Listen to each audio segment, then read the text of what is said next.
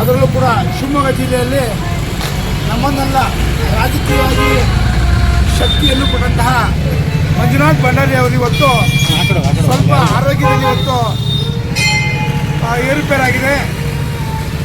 ಆದರೂ ಕೂಡ ಇವತ್ತು ಅವರು ಆ ಏರುಪೇರಿನದ್ದು ಹೊರಗಡೆ ಬಂದು ಇವತ್ತು ಮನೆಯಲ್ಲಿ ವಿಶ್ರಾಂತಿ ಪಡ್ಕೊತಿದ್ದಾರೆ. ಭಗವಂತ ಯಾವಾಗಲೂ ಕೂಡ ಅವ್ರ ಆರೋಗ್ಯ ಚೆನ್ನಾಗಿರಲಿ, ರಾಜಕೀಯದಲ್ಲಿ ಶಕ್ತಿ ಬರಲಿ.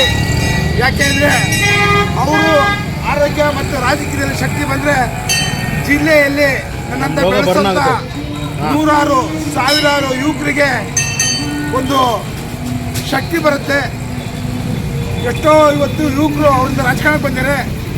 ಆದ್ದರಿಂದ ಭಗವಂತ ಅವರಿಗೆ ಒಳ್ಳೆ ಆರೋಗ್ಯದಿಂದ ಇಟ್ಟು ರಾಜಕಾರಣದಲ್ಲಿ ಮುಂದೆ ಅವರು ಸಚಿವ ಸಂಪುಟದಲ್ಲಿ ಸಂಪುಟದ ಸಚಿವರಾಗಲಿ ಅಂತೇಳಿ ಇವತ್ತು ಶ್ರೀ ಆಂಜನೇಯ ಸ್ವಾಮಿ ದೇವಸ್ಥಾನದಲ್ಲಿ ಇವತ್ತು ಒಂದು ಪೂಜೆ ಮಾಡಿ ಒಂದು ಕಾಯನ್ನು ಹೊಡೆಯೋದ್ರ ಮೂಲಕ ಪ್ರಾರ್ಥನೆ ಮೂಲಕ ವಿಶೇಷವಾಗಿ ಭಗವಂತನಲ್ಲಿ ಮನವಿ ಮಾಡಿದ್ದೀವಿ ಅಂತ ಹೇಳ್ತಾ ಇವತ್ತು ಅದೇ ರೀತಿ ಕೂಡ ಅವರಿಗೆ ರಾಜಕಾರಣ ಶಕ್ತಿ ಬರಲಿ. ನಮ್ಮ ಡಿ ಕೆ ಶಿವಕುಮಾರ್ ಕೂಡ ಮುಂದಿನ ಮುಖ್ಯಮಂತ್ರಿ ಆಗಲಿ ಅಂತ ಇವತ್ತು ನಾವು ದೇವರಲ್ಲಿ ಬೇಡ್ಕೊಂಡಿದ್ದೀವಿ ಇವತ್ತು.